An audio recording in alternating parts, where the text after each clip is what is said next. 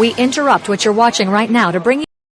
સુરેન્દ્રનગર જિલ્લાના સહેલા તાલુકામાં આવેલ લાલજી મહારાજની જગ્યામાં દર વર્ષની જેમ આ વર્ષે પણ જન્માષ્ટમી પર્વ નિમિત્તે મેળો યોજાયો હતો, પણ વરસાદ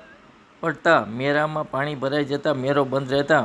મેળાના સ્ટોલ ધારકો અને વેપારીઓને નુકસાનીનું વળતર મળે તે માટે વેપારીઓની બે હાથ જોડીને માંગ છે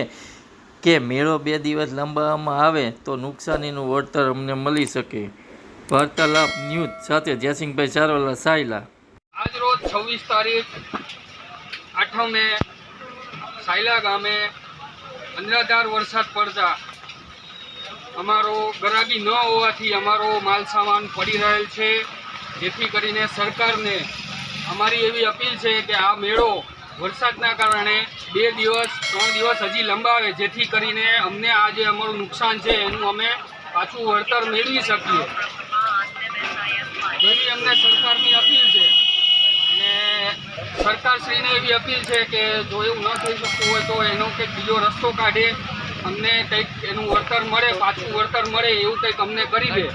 એવી બે હાથ જોડીને સરકારશ્રીને અપીલ છે।